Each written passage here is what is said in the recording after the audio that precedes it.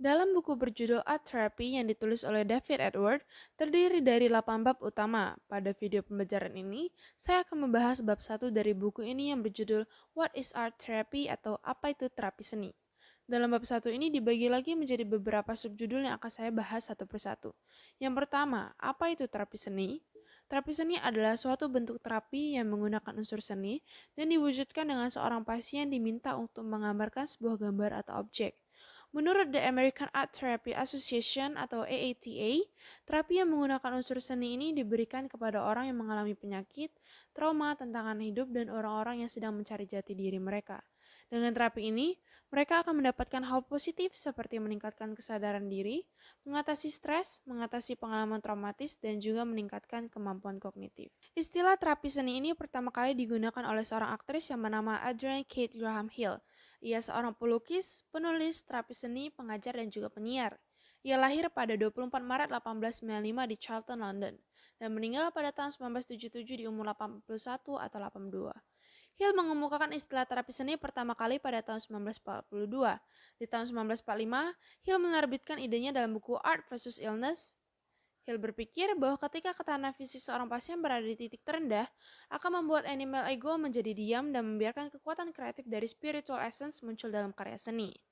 Ia melihat bahwa terapi seni sebagai bagian keseluruhan dari National Health Service atau pelayanan kesehatan mental.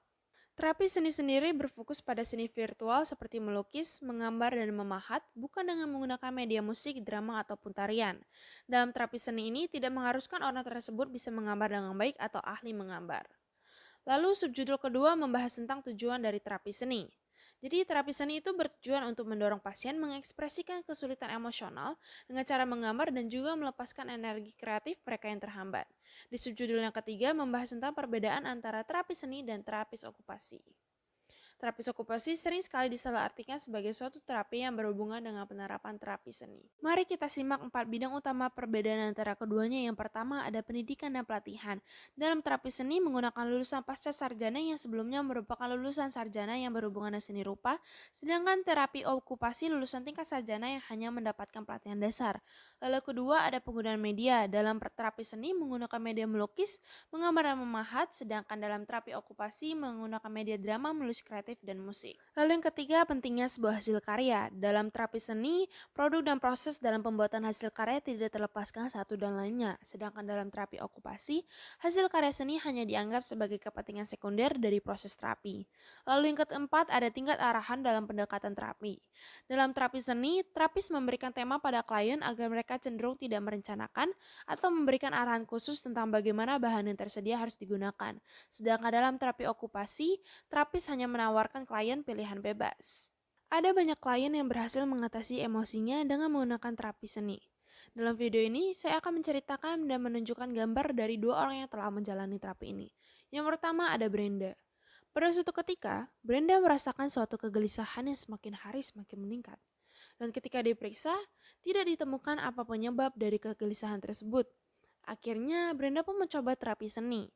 Dalam proses pembuatan hasil karyanya, Brenda menceritakan sebuah dongeng yang berkaitan dengan kehidupan keluarganya. Ibunya adalah seorang yang kejam, dan ada seseorang yang menginginkan ia mati, dan Brenda pun juga kehilangan ayahnya pada saat ia kecil.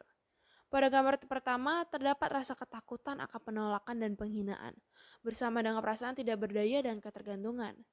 Di gambar kedua, Brenda menunjukkan beberapa rasa frustasi dan kemarahan yang dirasakan terkait hubungannya dengan pacarnya, ibunya, dan saudaranya yang selalu meremehkan Brenda.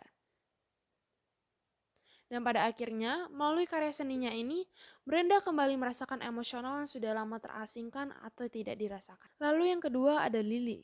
Lily adalah seorang anak perempuan yang pendiam dan penurut. Hal ini membuatnya menjadi anggota yang tidak terlihat di keluarganya. Ketidakterlihatannya membuat ia merasa bahwa ia tidak dipedulikan. Walaupun pada akhirnya ia terlihat, ia takut untuk mengalami penolakan. Masalah utama dari kejadian ini adalah melihat dan terlihat.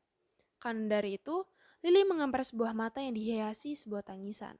Air mata yang tergambar menggambarkan banyaknya tangisan yang Lily keluarkan selama ia menjalani hidupnya. Sedangkan gambar mata itu sendiri menggambarkan keinginannya untuk dapat dilihat. Pada akhirnya, melalui hasil karyanya membuat Lily sadar bahwa melihat dan terlihat terasa lebih aman.